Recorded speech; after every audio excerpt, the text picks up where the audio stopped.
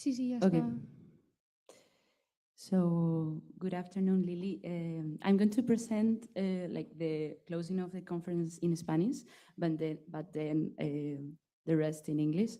Bueno, muchas gracias a todas por venir, las que estáis aquí, también las que estáis desde casa. Como Lili no habla castellano, la ponencia va a ser en inglés. Entonces, pues las preguntas de después también serán en inglés, pero no os preocupéis porque no yo, pero Ana es bilingüe y nos va a ayudar a traducirlas. Así que si tenéis como algún problema o os da vergüenza lo que sea, estamos aquí para ayudarnos. Okay, so we are so happy to have you, Lily. We have been following your work this year, so we are really looking forward to listen to you. I'm going to introduce Lily. Lily Markaki is lecturer in race and culture in film and media at Royal Holloway University of London, bridging critical theory, visual culture studies, media theory, and Black radical and anti-colonial thought. Her work explores the relationship between aesthetics and politics, with particular attention to how insurgent practices, philosophical, poetic, and visual, can generate forms of solidarity that unsettle colonial modern ontologies and anthropocentric logics. Her forthcoming work includes papers on Deleuze and the Black Panthers, Leonard Harris' philosophy of struggle, and the politics of image in the films of Kamal al-Jafari. She's also the editor of the experimental publication Deleuze, a scene for nobodies without organs. Okay, she's going to present a paper titled Daring to Revolt, Deleuze's Insurrectionist Ethics and the Politics of Liberation. So you can start when you want. So thank you so much for having me. It's a real pleasure to be here, even in this virtual way. I was hoping to be there in person, but maybe next time. So also I want to say, forgive me because I am in Athens, so it's an incredibly noisy city. So hopefully you can hear me okay, but we'll see what happens. And we also have a small dog where I am. So let's see. So today I'm going to present this paper called Daring to Revolt, Deleuze's Insurrectionist Ethics and the Politics of Liberation. As you will sense, it's a paper that has many parts, and it's partly actually the result of my inability to decide exactly where I want to focus the attention. So hopefully there's room for discussion afterwards. It's a little bit on the long side, so I'm going to make a start and then see how things go. But please stop me at any time if anything goes wrong.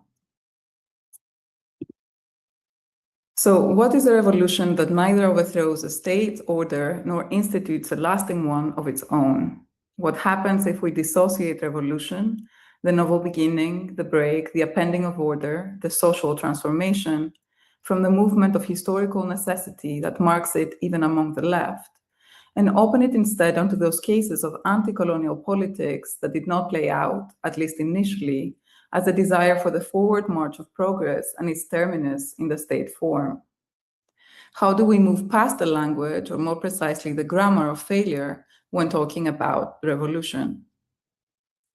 I borrow these questions from Nasser Aburahmed's 2021 essay, Revolution After Revolution, the Commune as a Line of Flight in Palestinian Anti-Colonialism, an essay dedicated as much to an examination of the Palestinian camp commune as a concrete experiment in anti-colonial revolutionary praxis beyond the state, as to the wider problematic of the capacity of the revolutionary subjects to change the content of the concept of revolution in the present. Aburahmed turns to Deleuze, the central figure of this paper, alongside thinkers such as Fanon and Foucault, for conceptual tools that, as he writes, can help us shift our political analytic when thinking about revolutionary forms of collective action, away from the solid schemas for capturing the state, toward an appreciation of the singularity of revolutionary events as moments of subject formation.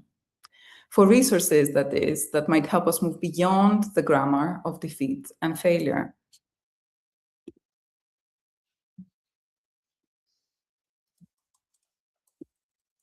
Okay.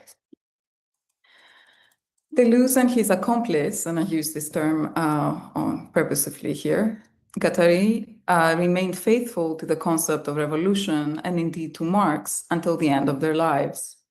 This fidelity was untimely. By the 1990s, following the collapse of state socialism with the dissolution of the Soviet Union and the entrenchment of a neoliberal economic order across the decolonized world, imposed by Western powers through programs of structural adjustment, revolution came to be declared impossible, coming to function as the Bart signified, as Savas Matos has put it. And yet for Deleuze and Guattari, this was not the case. In his 1990 interview with the Italian autonomist Tony Negri, Control and Becoming, Deleuze rejects the view that May 68 was a failure, insisting instead on a distinction between the historical outcomes of revolutions and the incorporeal transformative dimension of revolutionary becoming. Against the new philosophers, he states, "They say revolutions turn out badly, but they're constantly confusing two different things. The way revolutions turned out historically and people's revolutionary becoming. Men's only hope lies in a revolutionary becoming, the only way of casting off their shame or responding to what is intolerable." Similarly, in conversation with Claire Parnet a few years earlier, Deleuze argues that the decisive question is not whether revolutions ultimately succeed or fail, but how subjects become revolutionary in the first place. The concrete problem, and here I'm quoting, is how and why do people become revolutionary? Unfortunately, historians can't prevent them from doing so. It's obvious that the South Africans are caught up in a becoming revolutionary. The Palestinians are caught up in a becoming revolutionary. Then, if someone tells me afterwards, "Oh, you see, when they have won, if the revolution succeeds, it will go badly, etc." Well, first of all, there will not be the same kinds of problems, and then a new situation will be created. Once again, becoming revolutionary will be unleashed. Unquote. So these remarks reiterate ideas that Deleuze and Guattari had already expressed in their 1984 text, May 68 did not take place. There they insist that an event can be turned around, repressed, co-opted, betrayed, yet nevertheless contains something that cannot be exhausted by its historical fates. Only renegades, they write, would declare it outdated. The event persists because it, and I quote, passes as much into the interior of individuals as into the depths of a society.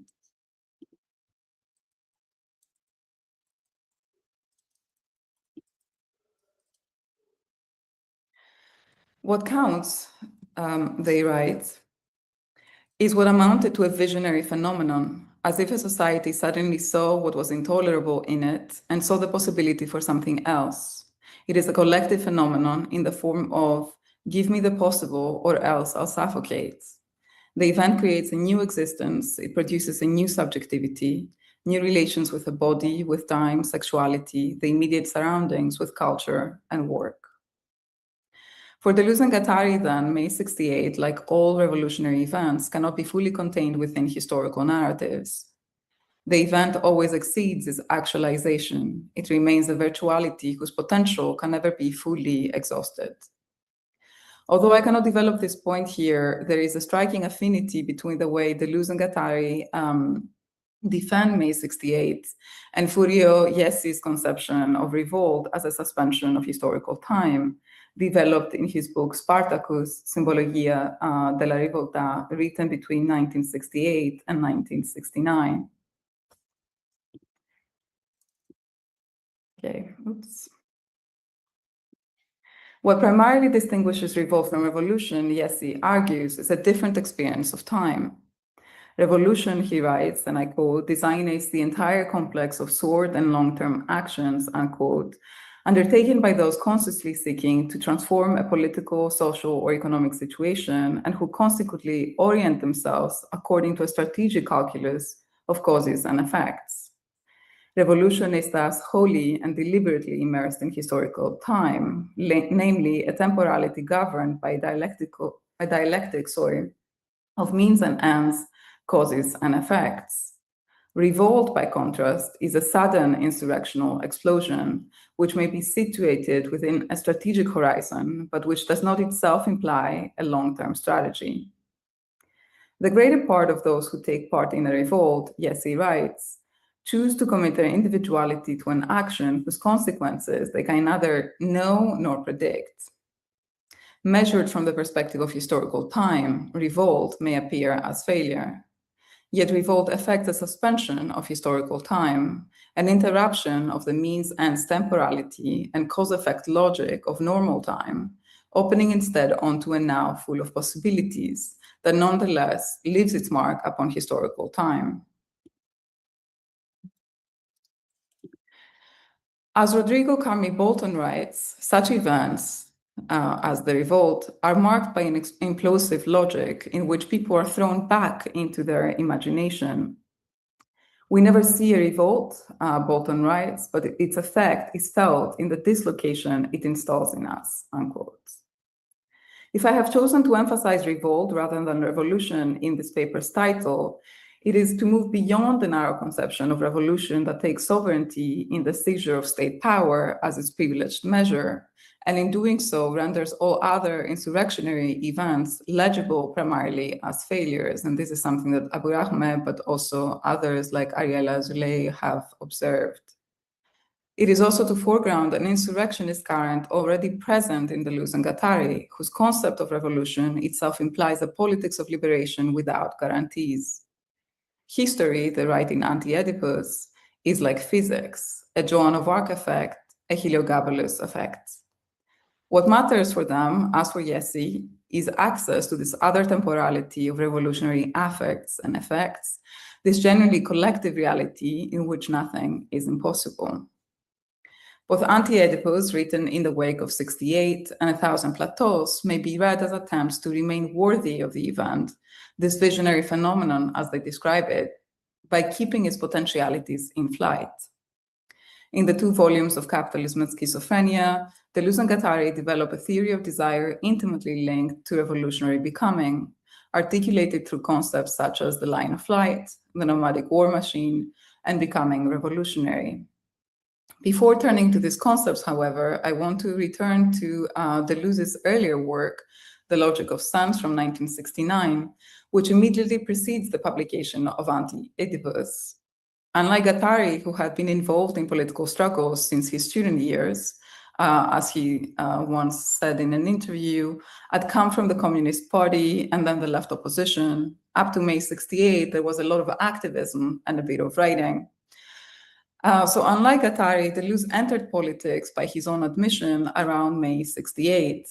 While it is often suggested that it was Guattari who compelled Deleuze, the academic philosopher, to engage directly with social and political questions, the logic of sense suggests that Deleuze had already begun to drink the nectar of revolution. Already in this text, one can discern the kernel of an insurrectionist ethics within Deleuze's ethics of the event, an ethics that would become central to Deleuze and Guattari's conception of revolutionary becoming. So the crack, Deleuze's ethics of the event. Porcelain and Volcano, the 22nd series of The Logic of Sense, finds Deleuze wrestling with the event as a loss of ground, a crack as he conceptualizes it in dialogue with Fitzgerald, which no longer internal than external, or no more internal than external, alienates us from the world, affecting, as Deleuze writes, an unbearable pity for stones, a petrifying identification. What is it that has happened exactly? The event for Deleuze is not reducible to the events of one's accidents or the events of one's life, even when it is traversed by them. A lot has happened, he observes in the case of Fitzgerald, outside as well as inside, the war, the financial crash, a certain growing older, the depression, illness, the flight of talent. But all these noisy accidents would not be sufficient in themselves were it not for their participation in something of a different order. There was a silent, imperceptible crack at the surface, a unique surface event, Deleuze writes. The crack for Deleuze is imperceptible, incorporeal, and ideational. The question is not what or when, for the crack reveals itself only after the damage is done, but how one can relate to this rupture without allowing it to destroy the very conditions of life. If there is a crack at the surface, Deleuze asks, how can we prevent deep life from becoming a demolition job and prevent it from becoming it as a matter of course? Incarnated in the depths of the body, for the event must necessarily be actualized in body, in the flesh.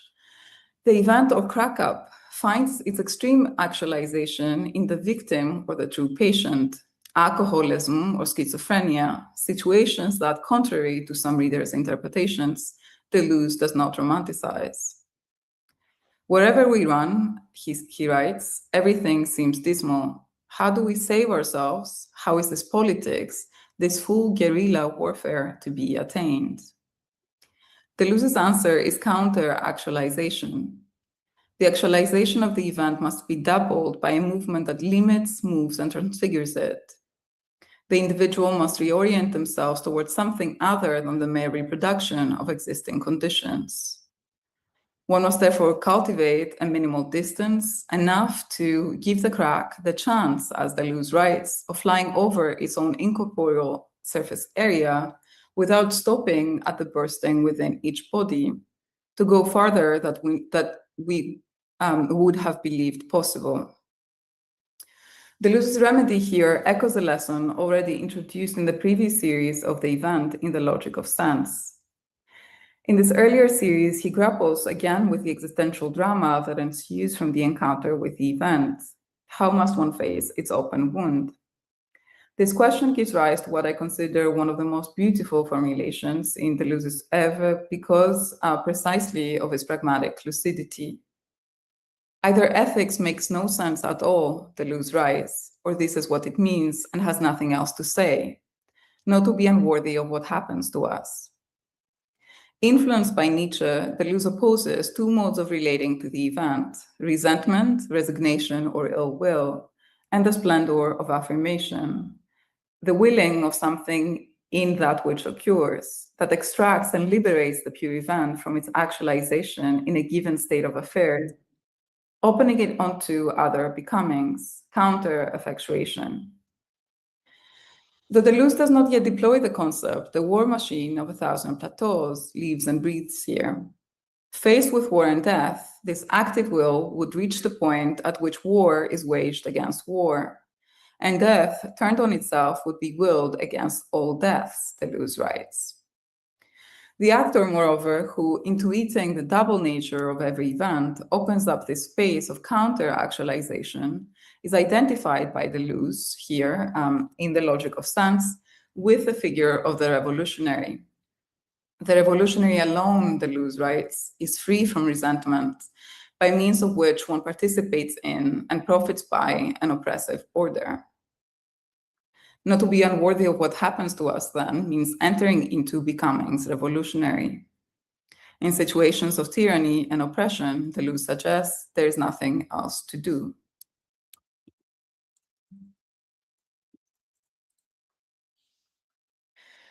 Published 3 years later, Deleuze and Guattari's Anti-Oedipus, a new progression, as Deleuze would describe it, brings with it not just an explicit concern with a book's present or exteriority, being a book of political philosophy through and through, but a whole new language which does not work through concepts alone. Moving beyond both Freud and Marx, its manifest precursors, the book offers a libidino-economic, libidino-political analysis, what they call schizoanalysis, underpinned by an ontology of desire at work everywhere and reconfigured as a positive, productive force of flows and becomings. No more lack, no more papa, mama, Oedipus, castration, regression, where desire produces the real. That ontology would turn out to be machinic. Released from both lack and law, desire for Deleuze and Guattari is never discovered in some natural state, but always already assembled. It produces only as channeled or partially invested in a social formation always bearing upon a given socio-historical field. There is only desire and the social and nothing else, they write. The distinction which Deleuze develops in the aforementioned series of the logic of sense between resentment and affirmation is, in this work with Guattari, mapped onto two major types of social investment, segregative and nomadic, each with a corresponding pole or type of delirium. First, a paranoiac fascicizing type or pole, which gives rise to molar aggregates, large social machines such as the family, the nation, or class. And second, a schizo-revolutionary type or pole that follows the lines of escapes of desire, breaches the wall, and causes flows to move. The second pole assembles molecular desiring machines traversing the smooth space of the periphery according to a nomadic distribution, which anterior are taken by Deleuze and Guattari to be primary. What was previously articulated in terms of a movement of counter-effectuation or counter-actualization of the event in the logic of sense becomes now a line of flight. And the figures attached to this line are here not the revolutionary in general, but the 19th century American abolitionists John Brown and George Jackson, imprisoned radical intellectual and a field marshal of the Black Panther Party, whose assassination in 1971 Deleuze had written about in the third issue of The Intolerable, produced by the GIP, where the line of flight appears, possibly for the first time. Immediately after introducing the schizo-revolutionary delirium of molecular, minor, or marginal associations, Deleuze and Guattari writes, "Good people say that we must not flee, that to escape is not good, that it isn't elective, and that one must work for reforms. But the revolutionary knows that escape is revolutionary, provided one sweeps away the social cover on leaving or causes a piece of the system to get lost in the shuffle. What matters is to break through the wall, even if one has to become Black, like John Brown, George Jackson. I may take flight, but all the while I'm fleeing, I will be looking for a weapon." A great deal is packed into these few lines. As Michel Kerner observes in Lines of Escape, and here I quote, "First, invoking the 19th century American abolitionist John Brown, the text aligns anti-racist militancy with becoming Black, while a second connection directly quotes George Jackson's Soledad brother and introduces a crucial element into thinking of escape as a revolutionary idea. Jackson's line, I may run, announces that fugitivity, rather than simply being a renunciation of action, already carries with it an active construction. A line of flight composes itself as a search for a weapon. Escape is always already a counterattack, unquote. Now, I want to stay with the relationship between the two elements or figures through which the line of flight is introduced in this text. Why this coupling? Kerner offers several astute observations in her analysis, including the fact that in attaching itself to Brown and Jackson, the political concept of the line of flight is immediately produced in connection with both 19th century abolitionism and the resistance to what Jackson termed the neo-slavery of the American prison system. But there is more to be said here. Consider the even in the phrase, even if one has to become Black, like John Brown.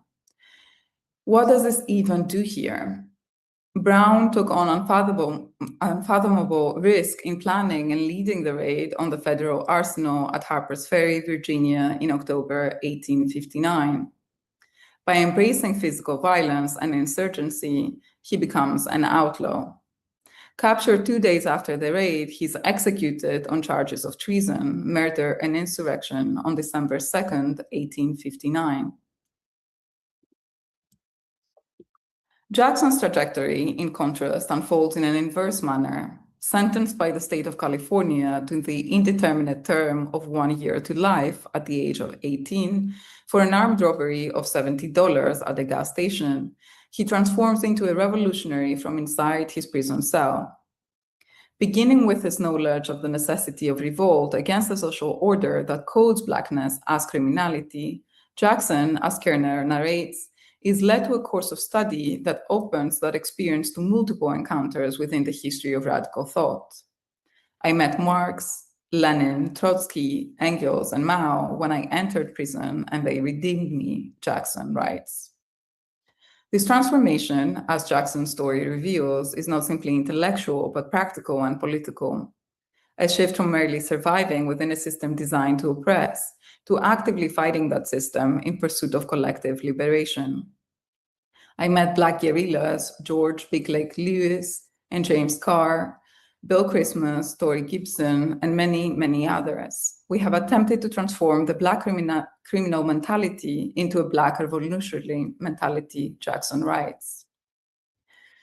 Deleuze and Guattari's coupling of Brown and Jackson produces a lineage of lines of light that intersect precisely at the point, at the edges of the system, where criminality and revolution converge.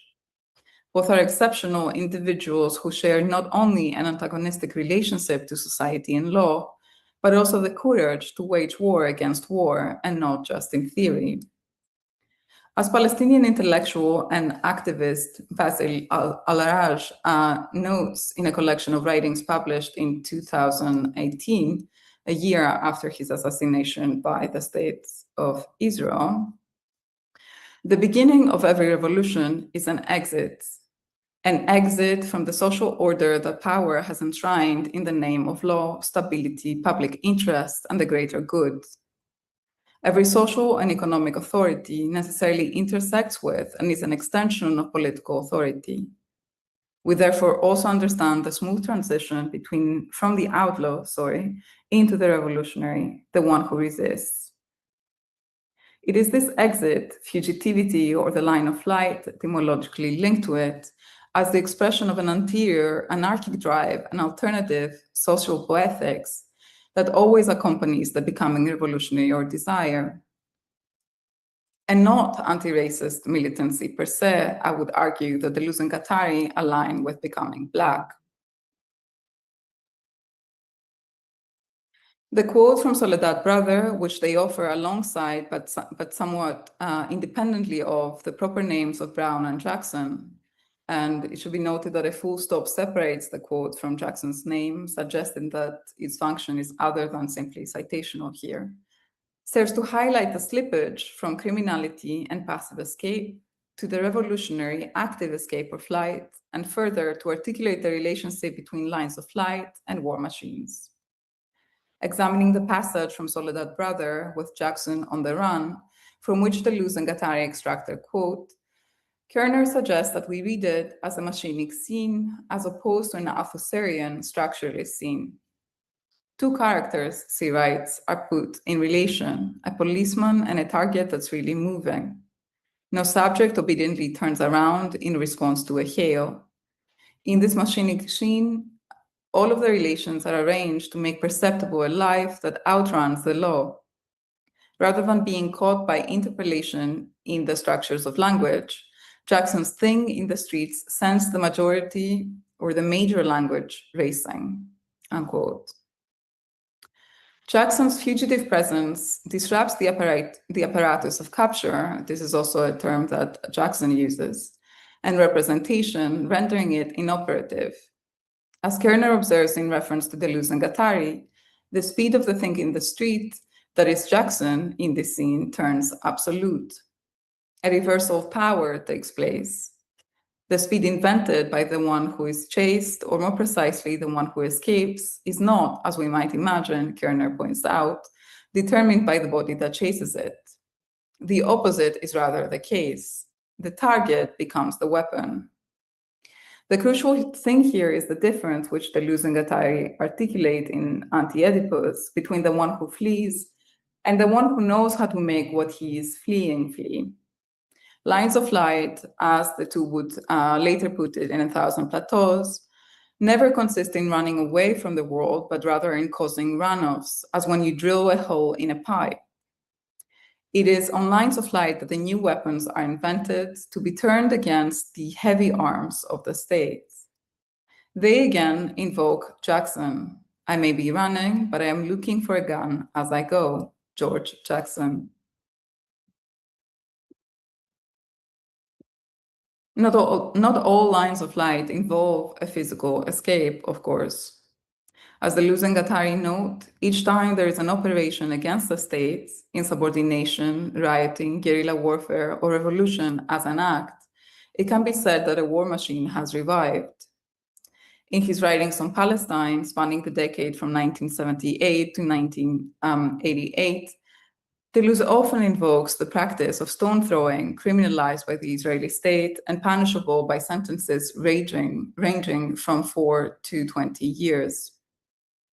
In the short essay from 1988, Wherever They Can See It, published in Mahmoud Darwesh's Palestinian literary journal Al-Carmel, Deleuze, harnessing the underside of man on which Palestinians stand, writes, "Occupation, endless occupation. The hurled stones come from inside, from the Palestinian people. The Palestinians throw their stones, their living stones, of their land. Men," he writes, "are born out of these stones." The passage not only restores Palestinians to their land through the criminal living stones they hurl at the Israeli occupying forces, reanimating a field of Palestinian land and life, as Catherine Median observes, but also figures the space of revolutionary becoming. The trajectory of the flying stone, an improvisational weapon, like Jackson's stick in the original text of Soledad Brother, traces a line of flight wherein, in the refusal of necrobeing, they have been offered only death, Deleuze insists, Palestinians restore their humanity, the humanity stolen from them, rising up against the inhumanity of the settler colonizer. Men are born out of the stones. Elsewhere, in the essay on mediators from 1985, Deleuze asks, "Was there ever a Palestinian people?" Israel says no. Of course there was, but that's not the point. The thing is that once the Palestinians have been thrown out of their territory, then to the extent that they resist, they enter the process of constituting a people. A missing people, as Deleuze and Guattari observe in What is Philosophy, can only be created this way, in abominable sufferings, or in the fugitive movement of stolen life, to borrow Fred Motten's words. Okay, so this is the final section of this paper. Becoming Minoritarian. Published 8 years after Anti-Oedipus, Deleuze and Guattari's A Thousand Plateaus, a sequel in live action, in vivo as Deleuze describes it, confronts the violence of the axiomatic, their term for the mode of organization characteristic of global capitalism, with the revolutionary potential of the minority, or rather of minoritarian becoming. The power of the minority, of particularity, they write here, finds its figure or its universal consciousness in the proletariat. But as long as the working class defines itself by an acquired status, or even by a theoretically conquered state, it appears only as capital, a part of capital, variable capital, and does not leave the plane of capital. At best, the plane becomes bureaucratic. On the other hand, it is by leaving the plane of capital and never ceasing to leave it that a mass becomes increasingly revolutionary. We encounter in this passage the problem of the political autonomy of the proletariat as the presumed subject of revolution. For Deleuze and Guattari, the working class proves an inadequate figure of universality for both its capture by capital and for its tendencies toward a new hegemony. The working class is, in their analysis, displaced by a minoritarian universal, which, as Guillaume Sibertin-Blanc notes, not only supplants class struggles, but rather prolongs them while complicating their coordinates and transforming their modes of realization. The revolutionary potential Deleuze and Guattari discern in minoritarian politics must be situated within the historical horizon of Third World internationalism. The anti-colonial insurgencies, revolutionary constellations, and networks of solidarity that during the long 1960s connected struggles across Latin America, the Caribbean, Africa, Asia, and the Middle East, and metropolitan centers in Europe and North America. the Algerian War of Independence, fought simultaneously in the French colony of Algeria and in metropolitan France, together with the rise of anti-colonial movements throughout the non-European world, and the doubts and disillusionment precipitated by Nikita Khrushchev's speech at the 20th Congress of the Communist Party of the Soviet Union in 1956, in which he denounced the Stalinist cult of personality and the crimes of the Stalin era, contributed to the rapid rise of a politicized anti-colonial third world concept in France and beyond.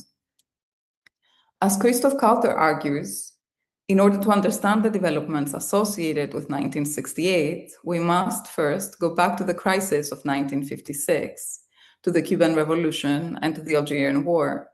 This means, second, that we must pay greater attention again to the global and anti-colonial dimension of the protest.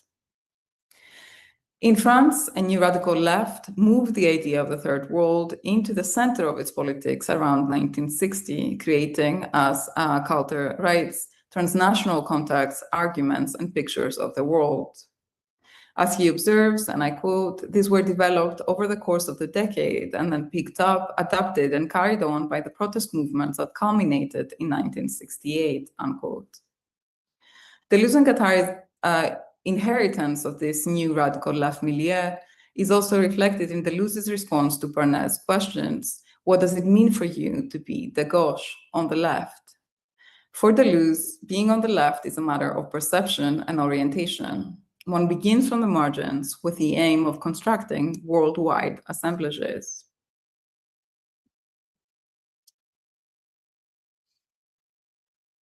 The analysis of minority formation developed in the 13th plateau of 1,000 plateaus, it must be noted, however, concentrates on the force of minorities at home as they emerge locally from within the apparatus of the state.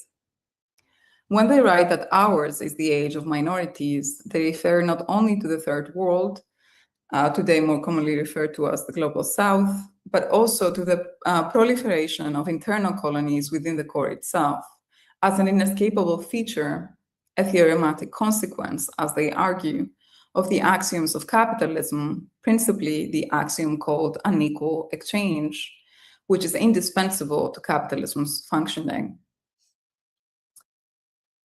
The more the worldwide, the axiomatic installs high industry and high industrial agriculture at the periphery, Deleuze and Guattari write here, provisionally reserving for the center so-called post-industrial activities like automation, electronics, information technologies, the conquest of space, or overarmament. The more it installs peripheral zones of underdevelopment inside the center, internal third worlds, internal souths. Unlike in classical Marxist subjection with its bipolar organization of property labor and bourgeois proletariat, what Deleuze and Guattari call the new machinic enslavement of constant capital sees the splitting of labor in two directions. Intensive surplus labor that no longer even takes the root of labor, and extensive labor that has become erratic and floating, as they write. The concept of the minority, however, records not only this shift away from classical subjection, giving rise to masses whose working conditions are far from homogeneous, but also, more specifically, as Sibertin Blanc notes, the state's process of socialization, that is to say, the process through which state power is incorporated into the social and institutional structures of the capitalist formation. In the analysis offered by Deleuze and Guattari, the conjunction characteristic of capitalism of the two decoded abstract flows of independent capital and of unspecified labor needs a state apparatus to function. States in their heterogeneity are the modes of realization of the axiomatic of capitalism. What defines the axiomatic is precisely its capacity to absorb heterogeneous elements and to put them to work, subordinating them to its own logic. While capitalism is often understood as a machine that no longer passes to the state, capitalism, in fact, requires a minimum state, historically finding an expression in totalitarian states. The expropriations which determine, which produce, and which reproduce the naked worker, the accumulation which produces and which reproduces abstract wealth, Deleuze writes, necessarily occurs through such an apparatus of force, through an apparatus of violence.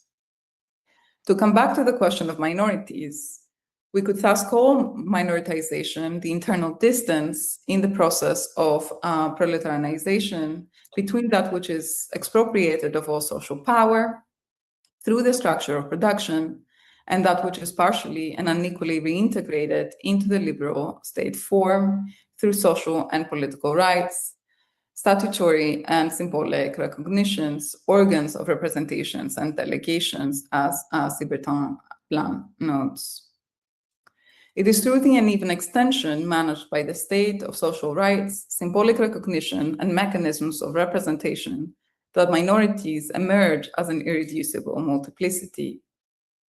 But this does not yet clarify how Deleuze and Guattari can conceive of a universal project of minoritarian becomings. If minorities are immediately constituted in the state form as populations that cannot be easily assimilated into its majority, where does their positive power come from? A minority, Deleuze and Guattari reminds us, can be numerous or even infinite. The relationship of the minor to the major is thus not a question of numbers. It is not determined by quantity, but by a different mode of organization or relation. What distinguishes them, they write, is that in the case of a majority, the relation internal to the number constitutes a set that may be finite or infinite, but is always denumerable, that is to say, countable, whereas the minority is defined as a non-denumerable set, however many elements it may have. What characterizes the non-denumerable, the uncountable, is neither the set nor its elements. Rather, it is the connection, the end produced between elements, between sets, and which belong to neither, which eludes them and constitute a line of light. The minorities, they write, constitute fuzzy, non-denumerable, non-axiomatizable sets, in short, masses, multiplicities of escapes and flux. As subsets of the state, subject, as we have seen, to differential and unequal degrees of integration, minorities are defined by their differences. What they share and what constitutes their strength is that they can only ever be tangentially subsumed by both the state form and the global axiomatic of capital. As Sibertin Blanc notes, the national coding of minorities operates through a double boundary, one external, separating the national from the international and tending to make of the minorities interior foreigners, and one internal, dividing private from public life and inscribing the split within the very structure of majoritarian subjectivity, a division that can never fully hold for the minor subject. A sign of minority, Sibertin Blanc notes, and here he's drawing on Deleuze and Guattari's analysis, is precisely this impossibility or the extreme difficulties, objective as well as subjective, of interiorizing the partition between the individual and collective dimensions. Because the minorities inhabit positions of instability and precarity relative to the rights and protections of the majority, all events that for major subjects fall within the scope of an individual concern, familial, marital, and so on, immediately take on social and political significance. The boundary between the individual and the collective for the minor subject remains porous. Minorities, of course, are not revolutionary in and of themselves, hence Deleuze's insistence that even a minority has to become minoritarian. Their struggles often, and this is something Deleuze and Guattari understand as somewhat necessary, unfold on the level of axioms. And I quote, "Women's struggle for the vote, for abortion, for jobs, the struggle of the oppressed masses and minorities in the East or West," unquote. Yet if, as they write, there is always a sign to indicate that these struggles are the index of another coexistent combat, the combat that is of the becoming minoritarian or everybody, everything, it is precisely because in the problematic constitution vis-a-vis this double boundary, national, extranational, and individual collective, minorities always remain, or maintain rather, their partial exteriority, a relation that is to the outside, to the smooth space of the nomad, as opposed to the striated space of the axiomatic. Deleuze and Guattari's treatment of minorities, as Breton-Blanc notes, opens up a space within social theory for a non-categorizable reality which prevents the objective representation from closing itself off, or furthermore, and this he says is effectively the same thing, which prevents the social system from coinciding with the structure of disjunctive relations, which makes of it a system of differential positions. The project works simultaneously against both the abstract universality of hegemonic forms and the particularization affected by the inclusive exclusion of minorities as subsets within the order of the axiomatic. Contrary to readings of Deleuze and Guattari, as post-structuralist proponents of a life-affirmative theoretical aesthetics that reify difference into a political project in and of itself, the two are less concerned with reasserting repressed subject positions than with affirming the generative constructive potential of difference as that which precisely differs from itself, and through which the very categories of subject and identity are undone. As they write, there is an important distinction to be maintained between the majoritarian as a constant and homogeneous system, minorities as subsystems of this larger system, and the minoritarian as a potential, creative and created becoming. What is proper to the latter is to assert the power of the non-denumerable, even if that minority is composed of a single member. That is the formula for multiplicities. Minority as a universal figure, or becoming everybody, everything. Woman, we all have to become that, they write, whether we are male or female. Non-white, we all have to become that, whether we're white, yellow, or black. For Deleuze and Guattari, becoming woman and becoming black amount to nothing less than the abolition of race and gender. The political force of becoming minoritarian lies precisely here. It does not designate a new identity to be affirmed, but a process that continually exceeds the categories to which the state and the capitalist axiomatic seek to organize social life. For Deleuze and Guattari, this capture can never be total. Capitalism, they write, would like us to believe that it confronts the limits of the universe, but no axiomatic can ever be complete. And if it appears so, it is, according to them, only the effect of a transcendental illusion that mistakes the capitalist axiomatic for the totality or for a totality without an outside. As they write, capitalism, and I quote, continually sets and then repels its own limits, but in so doing gives rise to numerous flows in all directions that escape its axiomatic.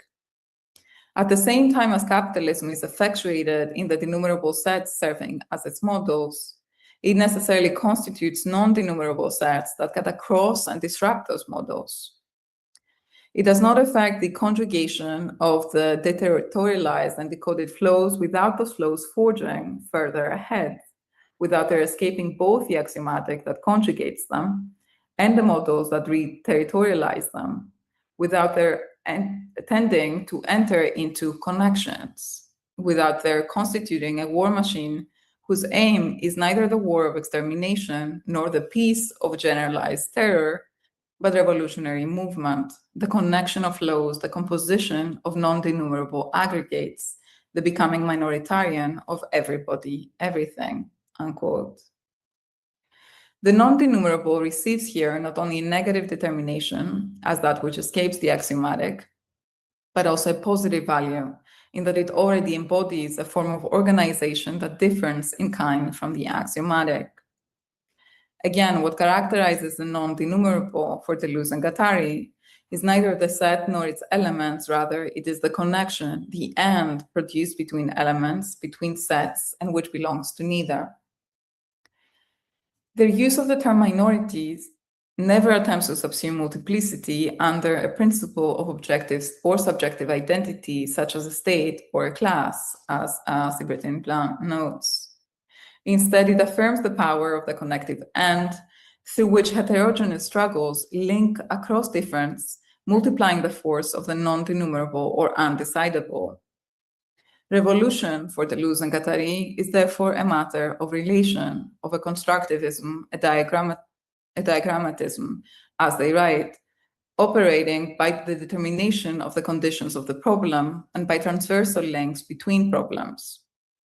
This conception allows them to escape the fantasy of the messianic universality of a new subject, offering instead a framework for remaking universality from below.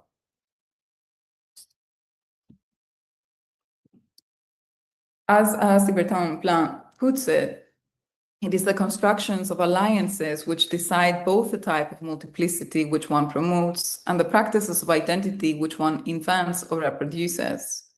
We must consider a universality of a process of relational inventions and not of an identity of subsumption. Rather than a sociological universal as a genre, category, or class, a tactical and strategic universal as an indefinite dynamic system of practices of alliance, where the alliance proceeds neither through integration of terms into a superior identity that homogenizes them, nor through mutual reinforcement of differential identities, but through the blocks of asymmetrical becomings.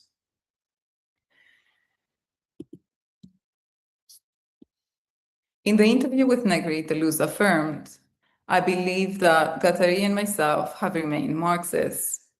This is because we do not believe in a political philosophy that would not be centered on the analysis of capitalism and its development." Their fidelity to Marx, as we have seen, however, takes the form of a radical renewal. Not only do they introduce a number of new concepts like flow, minority, transversality, to name a few, that trouble classical Marxian categories such as alienation, ideology, and class struggle, but their analysis takes seriously the transformative potential unleashed by the struggles of non-European revolutionaries.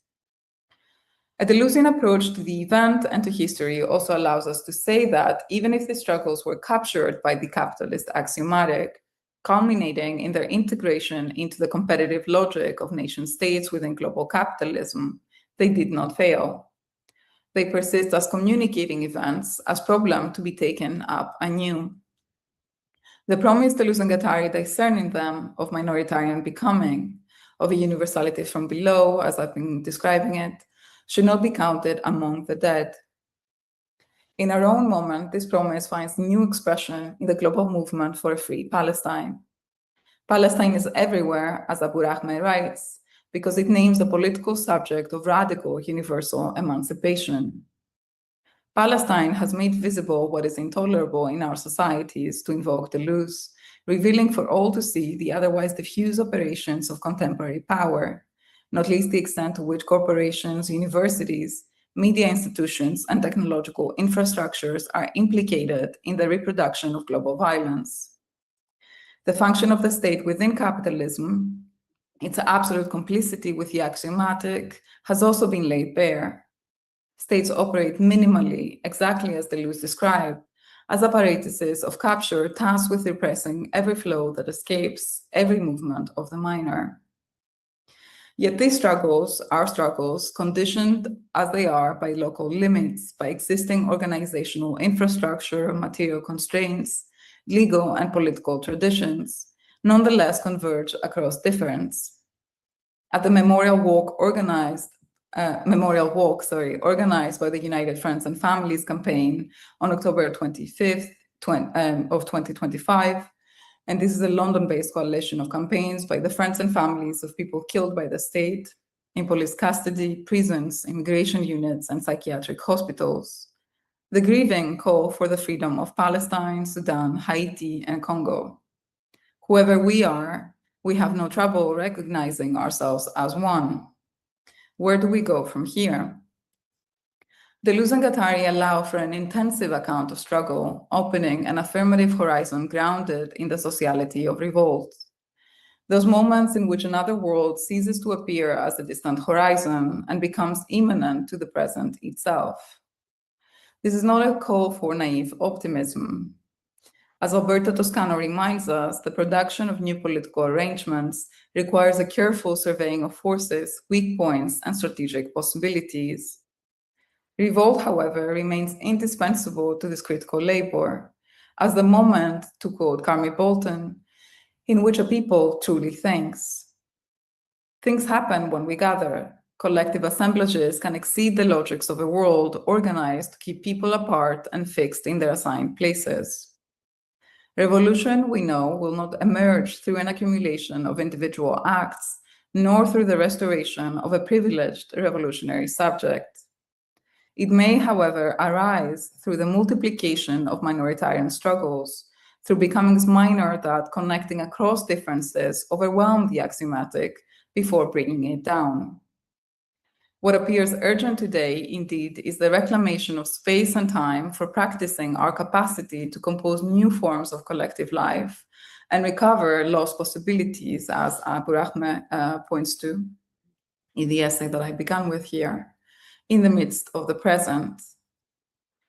If Deleuze and Guattari's work leaves us with an imperative, it is to remain worthy of what happens to us, to refuse the grammar of defeat, and to invent the kinds of solidarity through which another world becomes thinkable.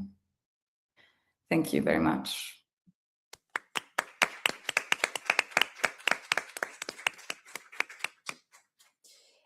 Thank you very much, Lily. It was so inspiring and interesting, and you have explained everything super good and in detail. So we are going to open to the questions of the rest of the people. If you want to ask anything. Incluso en español, si alguna se siente un poquito... Even if in Spanish. If not, we have a few questions. Yeah. Do you want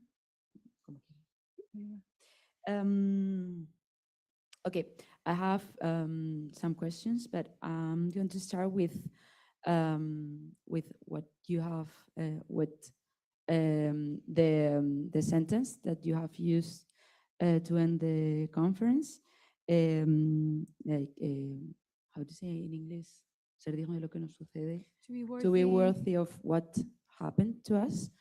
I was thinking about how can we be worthy of what happens to the other people, no? How can we in Europe be worthy of what is happening in other places? Because sometimes we are like also a little bit guilty of, a little bit of, or too much, guilty of the things that are happening in other places. So yeah, I have like this question. Sure. Thank you so much, Lily, first of all, for this talk. Thank you for having me. I was wondering about that fleeing paragraph in the Anti-Oedipus. This year, just as a little, parenthesis, we had a little reading group from the Anti-Oedipus, and when we encountered this paragraph, we felt really inspired around the idea of fleeing, right? The idea of the courage of fleeing.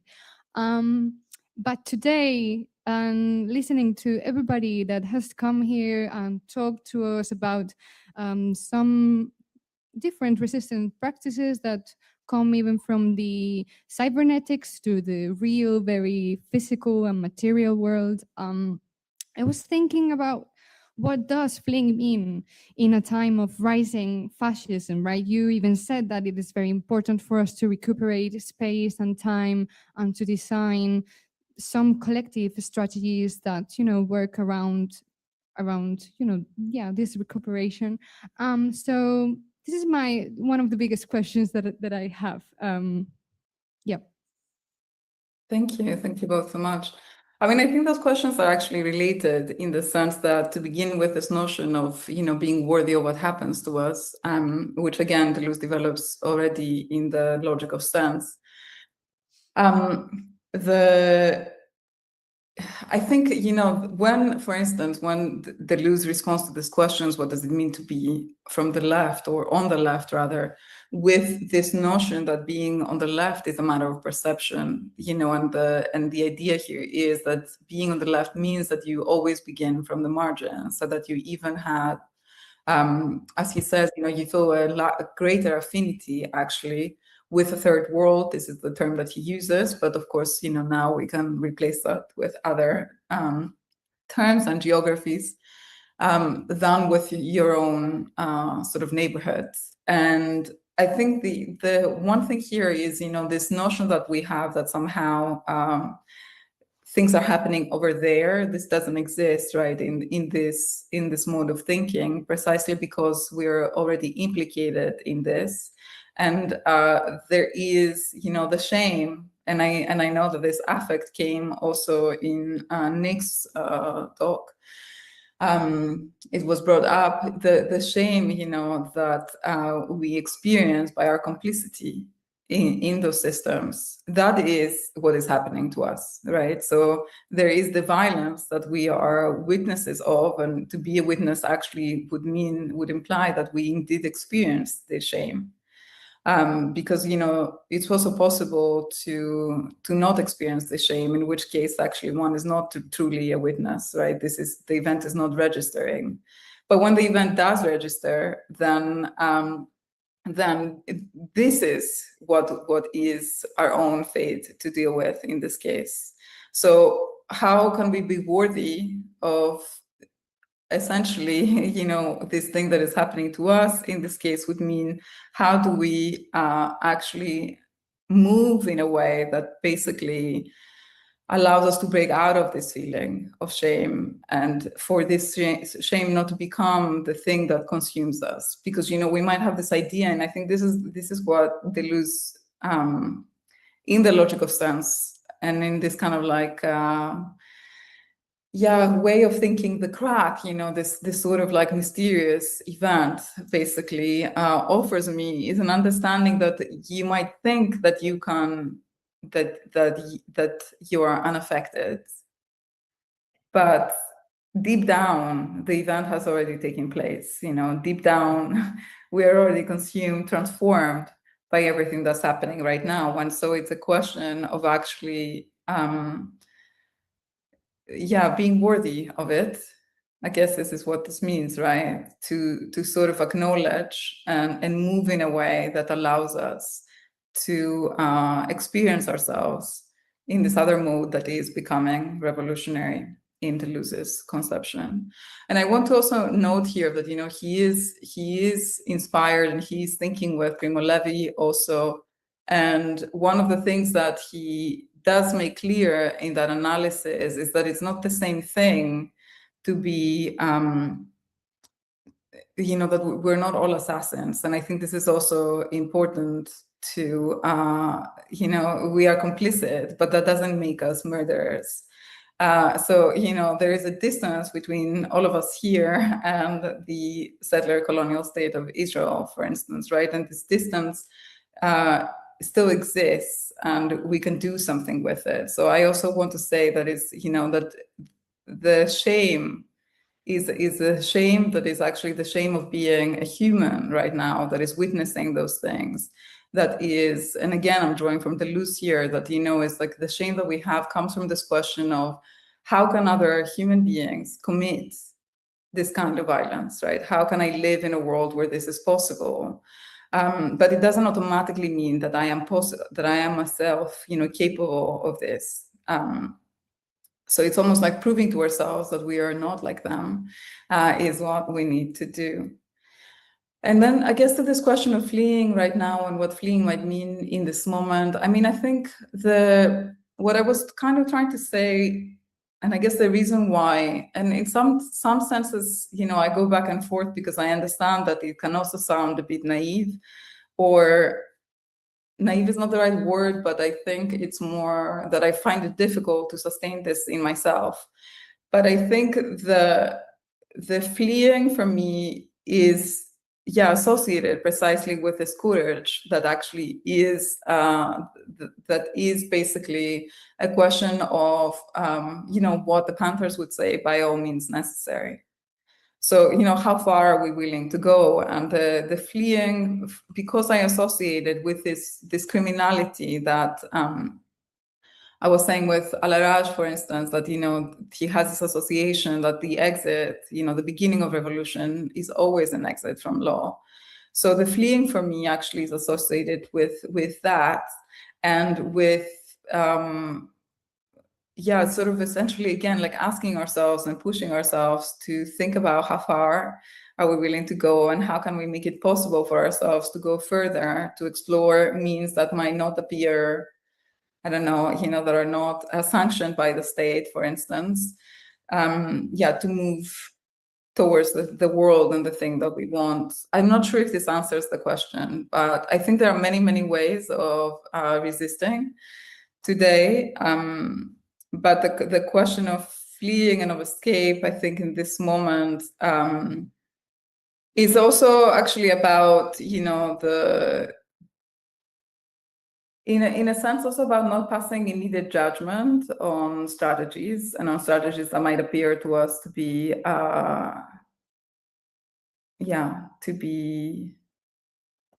escapes, basically, I guess. I'm not sure if I'm making sense now, but maybe we can. Yeah, I think that the idea of courage was right on the point, right? In this line, I don't know if you have a question, but I kind of have another one. Yeah. Go on and then. Sure. Okay. I feel like it kind of relates to I also wanted to relate this conversation to the talk that Nick gave on the first day, because he talked about fabulation, and then you alluded here to the idea of imagination and the opening of possibility. I think these ideas can be very well linked, and what I was thinking is something that worries me particularly. So in my own research, that is the problem with capitalism, realism, and the closing of the future, right? The end of the future, meaning that we can no longer imagine anything else that does not involve the axiomatic of capitalism, that does not involve maybe the ending of the world. And when we do, we have kind of very pessimistic and even collapsist, like the collapse of society. We have that kind of image, and I was wondering, how do you see this? How do you see, maybe because you work in aesthetics, which I also do, so I think that there is an opening of possibility with aesthetics that does not happen in other realms of maybe research or philosophical thought. I don't know. I was wondering, what do you think about this idea of fabulation, imagination, linking to the problem of capitalism, realism? I think this is partly why, again, I had a lot of different things that I was kind of trying to bring into this, and maybe somehow it's too much, but the reason why I chose to think about or to speak about revolt is precisely this, because we are very much, I guess, it's so easy for us to fall into this kind of like defeatist mood or sort of atmosphere. And I think for me, this question of fabulation that Nick was bringing up can also be applied in thinking about how we relate to revolutionary events, for instance. And so when I was bringing in this quote where Deleuze and Guattari describe history in Anti-Oedipus as physics, right? Where they're kind of trying to say there are effects actually, and it's not so much the case that we have this linear progression from one event to another event, but we have this burst where something is released. And so there is a question here of how do we go back to those moments, and how do we actually reactivate them, reactualize them in our own moment in a different way. And so I think for me, fabulation also has to do with the way in which we imagine ourselves in relation to the ones who came before us, and actually fabulating almost an ancestry, if you like, or traditions of revolutionary affect. So I think it make a difference when we position ourselves in this like longer line of movements, even though, as I said, it's not a linear line, right? But we can make up our own traditions, basically, that we draw from for I guess, courage and for strategies as well. And I do think that aesthetics does have a special role to play in producing those kinds of fabulations and imaginaries. But increasingly, I think this becomes difficult now because of the way in which, aesthetics is kind of also subsumed, by the market. And so I like, though, this idea, that revolt, and I think we think of revolt in a very specific way, but I guess I'm thinking about insurrectionist situations of all kinds that do not, reach the threshold of revolution, are those moments in which we do indeed experience another possibility, even in the kind of collectivity that we find with one another, with ourselves. The way in which people touch one another, they touch strangers, and the way in which people share food and water, and even in, the most kind of like basic event of resistance, like a protest. So I think for me, as I said, I think we just need to figure out ways to create more spaces where we can experiment with those other ways of actually being together. But how do we do that? Yeah, this is the question. Yeah.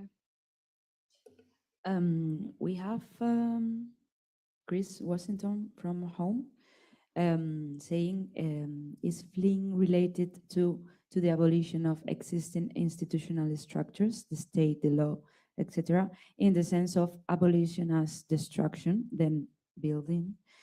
And he also says, the Jackson quote also says, looking for a gun, which suggests the destruction aspect to my mind. Perhaps this is not a good question. Those who feel free to ignore. Thank you so much. Well, the thing is, there's something interesting that happens that actually is related to something that Nick was saying in, I think, a response to a question that, one of you posed, that in the original text, actually, of George Saxon, he says, I'm looking for a stick. And I mentioned at some point that this is his own improvisational weapon that he goes to in the act of running or in the process of running. But Deleuze and Guattari actually are the ones who at a certain point replace the stick with a gun.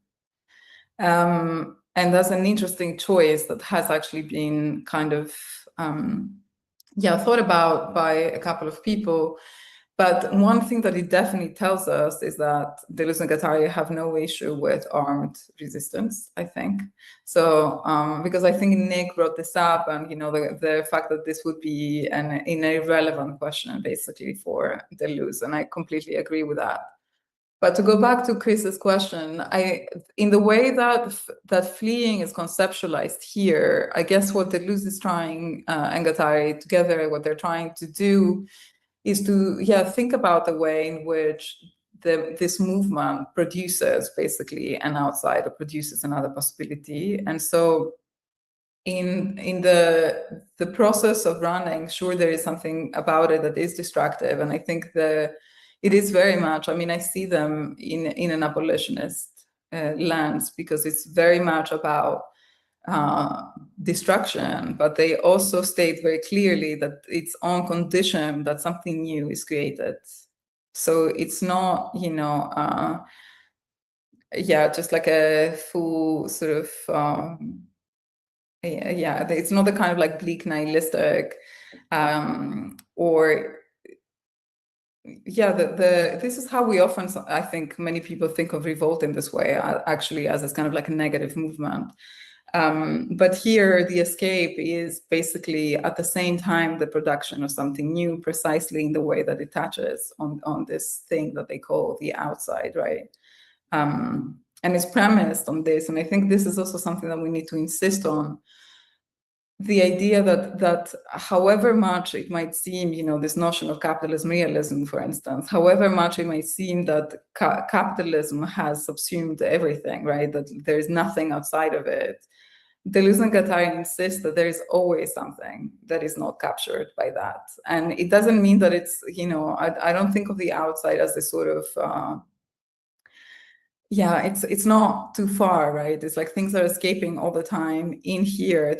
They say outside because those things don't actually register by the axiomatic of capitalism in their analysis, but they are here, and it's up to us basically to take those affects and to produce connections. I think this is the key thing here in terms of the minoritarian, the production of assemblages. I mean, in one of the questions that you asked Nick, I remember that this question of consistency came up, for instance, how do things acquire consistency?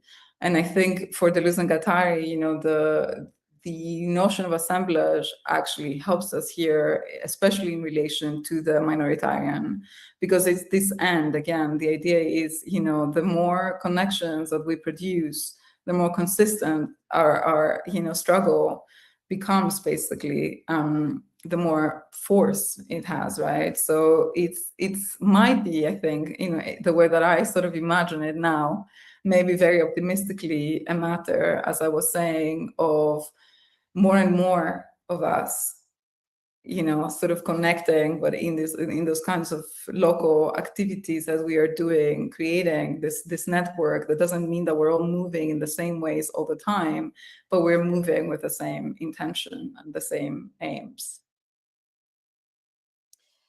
Okay, I wanted also to ask you about something that you have described very precisely, but I was wondering if you can develop it a little bit more.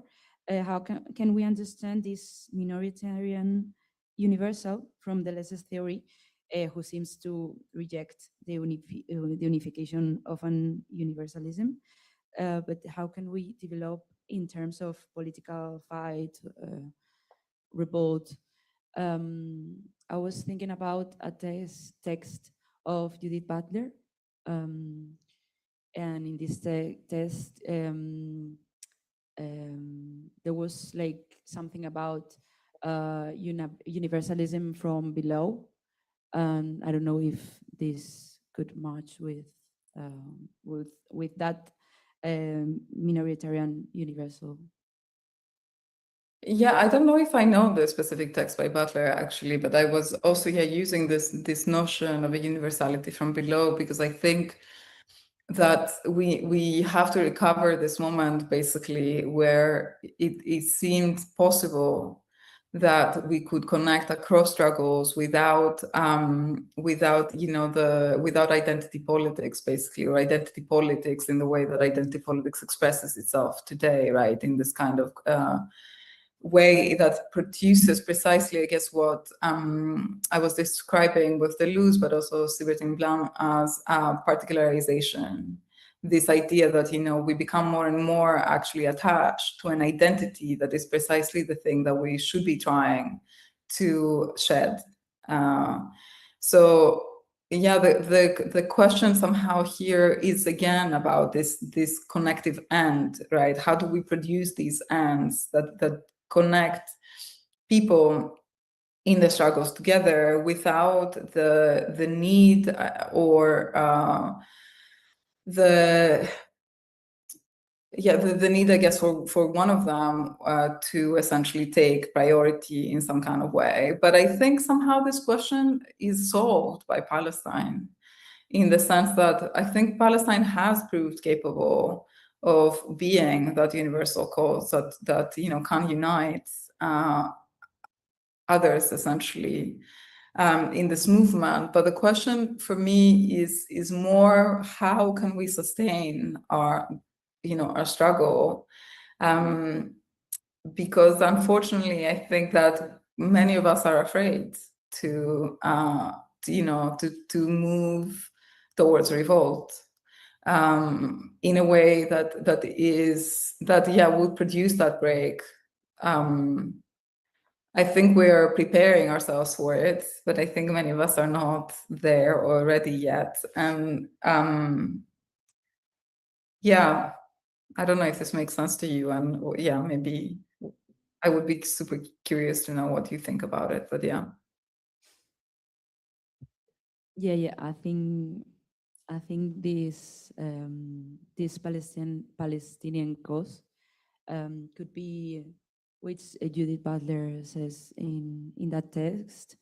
I was very interested in how can we like find some kind of universal in Deleuze, because I think it's important in ethics and politics to be able to build universal causes or universal, I don't know if universal struggles, but yeah, universal causes, I think it's like better concept.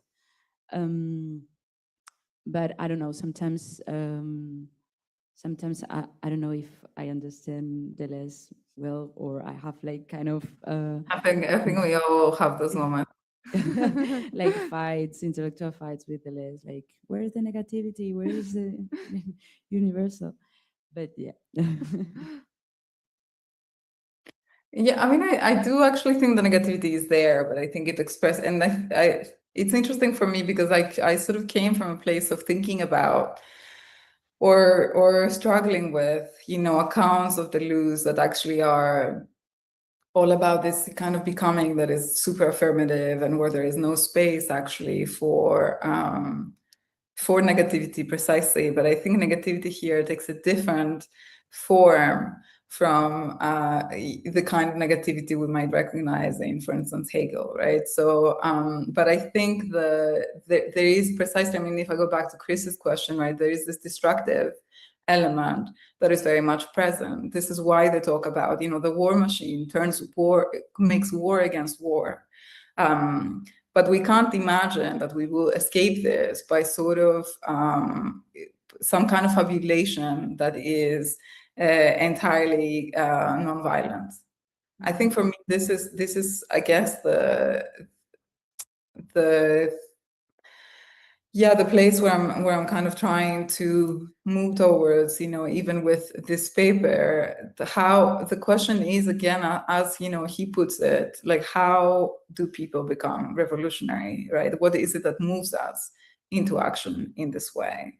Because I think, we imagine that we can change the world somehow without sacrificing anything, and that's just not possible, and so the question is, how can we produce a desire for another world that is strong enough to make those sacrifices seem worthy somehow?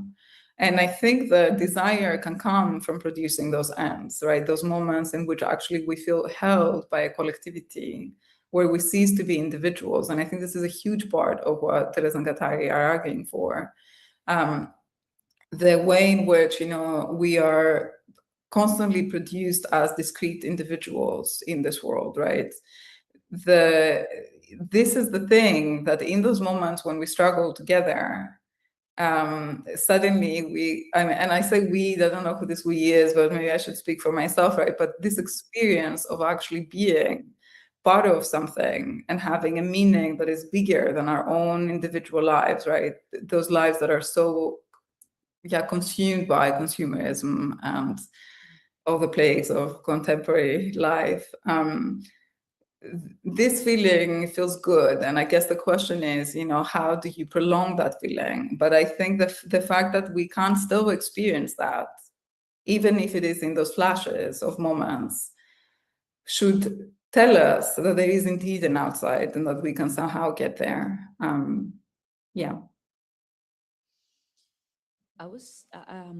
have final question, at least mine, about something that we were talking about in the lunch, about the revolution. And we were like wondering in the lunch if the revolution or the revolutionary desire is always aligned for the liberation in terms of social justice, because we thought that in Deleuze, revolutionary or revolution is not always linked with some kind of liberation or emancipation. It could be like revolutionary events, like crack events that like destabilize the order of the things. that are not like, yeah, like I don't know how to say, like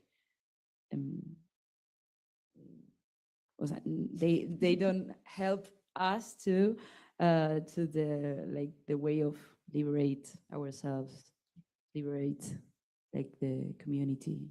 I don't know if that makes sense. Yeah, I mean, I think on the one hand, there is the way in which desire has these two poles, right? And we know that the revolutionary pole is opposed to the fascistizing pole. So in that sense, we can say, well, there is the revolutionary pole is a liberation pole in the sense that it always liberates something. But the question is what gets liberated, right? And what gets liberated is not necessarily a people, for instance. I think the becoming revolutionary is about this break of, or this rupture of possibility in a life that appears somehow, stable or closed, or the introduction basically of the new. And the way in which this happens, I think this is why for me, even though Deleuze and Guattari talk about revolution, I think a revolt is actually implied in there, because I think more often we don't really know what revolution looks like for them, as you say, right? There is no program. And actually, I think the anti-programmatic dimension of the work is super important as well, because it takes seriously the idea that things happen and that we make possibilities in time as we go along. So there is no teleology here. It's a kind of anti-dialectical conception of revolution almost, I think, or this is how I'm reading it. And there's no revolution once and for all. But of course there are situations, right, like ours, that we want to get out of, that require, the institution of a new mode of life. And how do we get there? And I think that this is the thing, right, that the ethics of the event that we find in the logic of sense, but I think also underlying, their account of revolutionary becoming is precisely, it tells us that there is a thing that happens, right, this incorporeal event, but it is up to us to essentially decide what the event means by actualizing it in our own bodies. So there are openings that present themselves as opportunities, and the question is how, or we can create those openings, as it often happens with revolt, where something changes and we're not sure exactly where things will fall, but there is, again, this like unleashing of possibilities. But when Deleuze writes, for instance, that to extract the pure event is essentially to decide on something in it, right? So it's essentially, it's not what happens, but there is something in what happens that is the event for us, essentially. So we extract or produce the sense of the event. And so the way in which we make things mean for us, right? Again, it's this question of like failure, for instance. We can say that something is a failure, or we can try and find what in it opens up new possibilities. But it is partly about a kind of militant mindset, I think, that is not, again, it's not about being naively optimistic, but it's about having this kind of, Abu Rahman has a really good term for it, which unfortunately I can't reproduce exactly right now, but it's a kind of non-defeatist attitude. And Deleuze repeats again and again that, there's nothing else to do. We have no other choice. If we want to be able to live, and I think indignation is something that they don't talk about, but it's something that I find they're thinking about insurrectionist ethics in their work, that it's, you can live your life with the shame of the present and it will consume you, or you can do something about it, right? And the doing something about it, even if what you do it does not succeed, is enough to actually produce a different feeling towards ourselves and towards our lives, right? Because at least we're trying, and that in itself, I think, can bring about indignation. It can help us to ward off shame. And I think, I just think we shouldn't underestimate what the events that we are experiencing right now are doing inside us, how they will manifest in ways that we don't even fully understand now. Like, I think we might think, again, I said it earlier, but we might think that it is possible to continue to live our lives like as normal. But I think one day we'll find that we've been eaten from the inside by this shame, And so again, we have no other choice. So it's about, recovering this militancy, which isn't just affirmative, right? We know that there has to be violence, there has to be suffering. But the thing is how to not let the violence and the suffering determine what the situation means somehow. Yeah, like that. In this group of lecture that Anna have mentioned, we difference between like guilty and responsible, because the responsible have a response. Yeah, they have the responsibility to cite Donna Haraway, right? They have the ability to respond, while the guilty has been invested already in the situation in a way that they're guilty. let's use the word. And Chris also says, not a question, but this last answer from Lily Markaki might be the difference between Judith Butler and Deleuze and Guattari. Butler advocates strict non-violence, and Deleuze and Guattari don't in their abolition. This was very fantastic. Thank you to the organizers and Markaki. Thank you very much. Again, I don't know how many times, I said it earlier that it's, I find it somehow difficult sometimes talking about those things because, I think about myself basically and how far I'm willing to go as an individual. But the thing is that this is why we need collectivities, right? We need to be engaging in action together where we can feel it's not even about protection, but we can hold each other actually and allow each other to move and to take action in a way that we don't feel capable of taking action as individuals. But I do think that, Fanon is right, Deleuze and Guattari are right, that we have to make war against war. There is no, the fabulation, even though it sounds, right, it sounds like a very creative and imaginative process. It is all that, but fabulation does not preclude, I think, militancy. And it might even be the thing that helps us be militant. Yeah, just to relate to this last question, because it inspired me a bit. It made me think that it is in ourselves, right?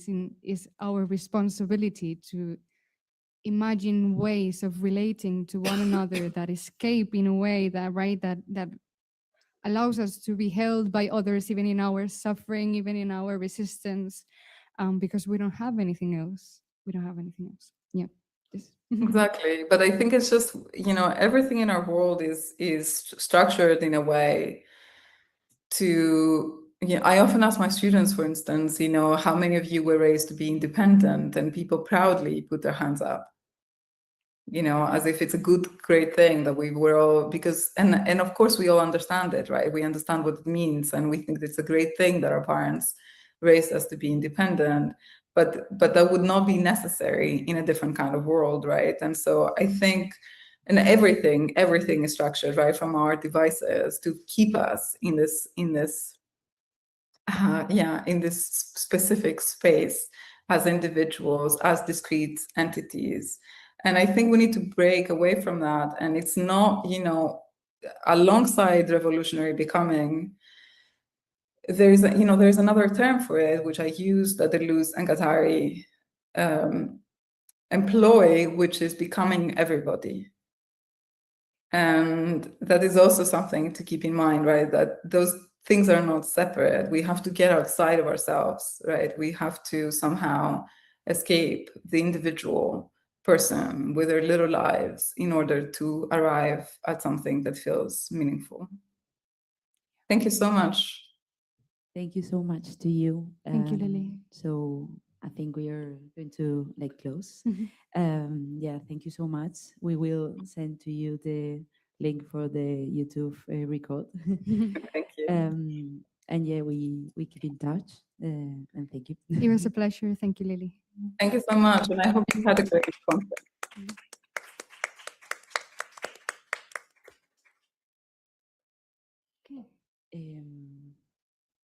Vale, pues we're going to close in Spanish.